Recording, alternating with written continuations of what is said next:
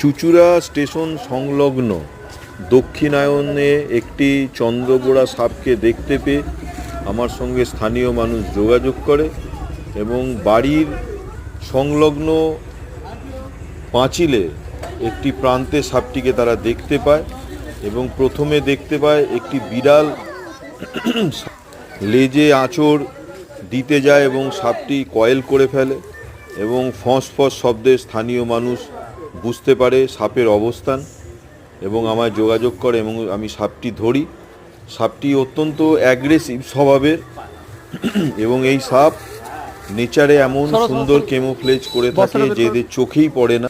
যে সমস্ত অঞ্চলে এই সাপ আছে